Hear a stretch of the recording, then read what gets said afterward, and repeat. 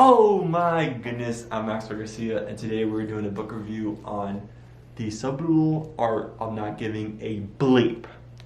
And I gotta say, this book is fantastic, especially in a time that we are in right now, because I definitely do have these moments where I'm just very sad and emotional because I'm not around all my friends and my family. I'm not going out and having fun. I'm not with my cross-country team. So life right now is definitely not normal and definitely causes some sad times right now, but I know that the future is brighter. But this book highlights how pain is good. Pain is the best part of life. And it just flips the script of what you kind of just think in your mind. It really just emphasizes certain things in life that matter, and just if it doesn't really matter in life, just F it. Who cares? So this book tells you just to take risk, and sure, anything to just tell you that in a sentence, but it tells a 200-page story. And I'm gonna highlight my two favorite little stories, and I'll give a third one. And all right, the first one is The Disappointing Panda.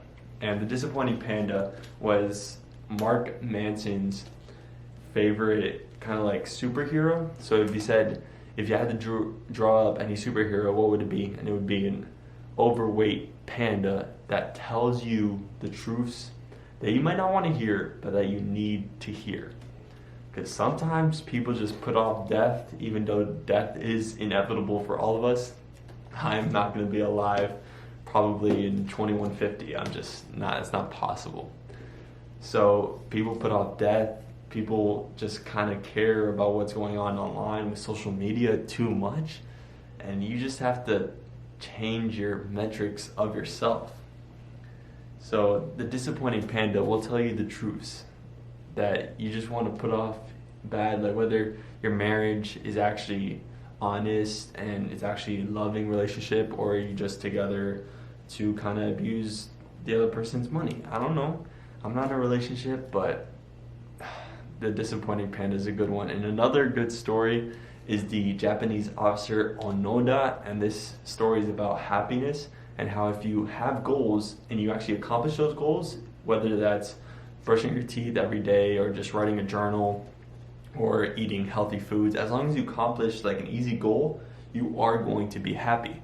And he said this example of the Japanese officer Onoda, who was fighting in World War II, and in World War II the Japanese and the US were fighting in the Pacific, and there's a whole bunch of Pacific islands, and the US was slowly just taking more and more and more, and then those two nuclear bombs officially ended World War II for Japan. And when World War II ended with Japan surrendering and then eventually Germany, Japan tried to send out messages to all these lasting guerrilla warfare soldiers on these Pacific islands, but when some of them, including Onoda, they got the message of surrender, they were like, surrender? No, this is just an enemy plot so that we could catch them off guard. And the Japanese culture was ruthless.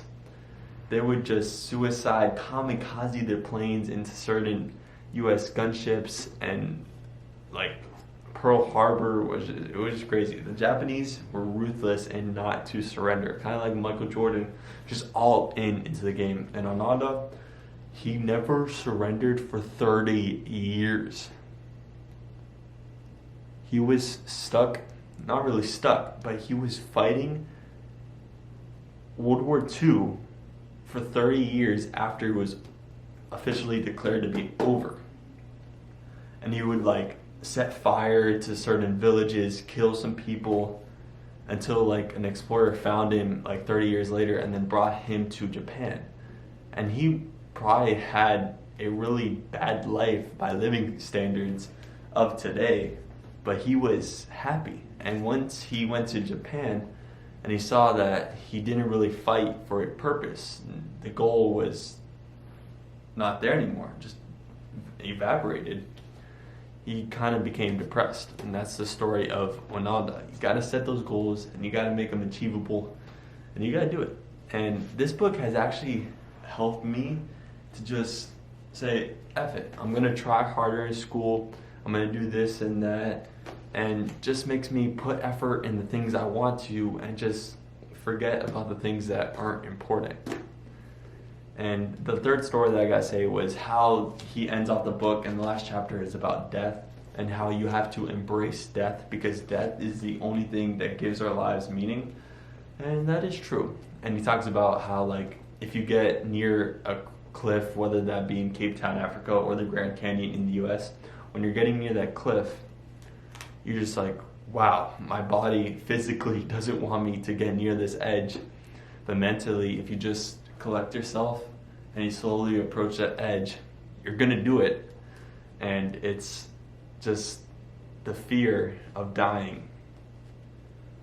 You should just take risk. It's all about just taking risk and So this book definitely has a bunch of stories like that. Mark Manson has had an interesting life for sure. His friend died in a tragic way by jumping off a cliff. That's kind of ironic. And also Mark Manson had like this little incident with marijuana in middle school, and he wasn't really focused until his friend died, and then he actually changed his goals and worked to make them. I really like this book. It's important. It's important to get different opinions about life. It's not the end all be all, because sometimes you should care about a lot, but other times you shouldn't. Like in grades in school, like I have some people that just try hard, but like you should only focus on the classes, not really the grades. Are you learning to the fullest, or are you just going for the grades? Important distinction there. So I love this book right here. Thank you for watching. Make sure you bless them. Peace out.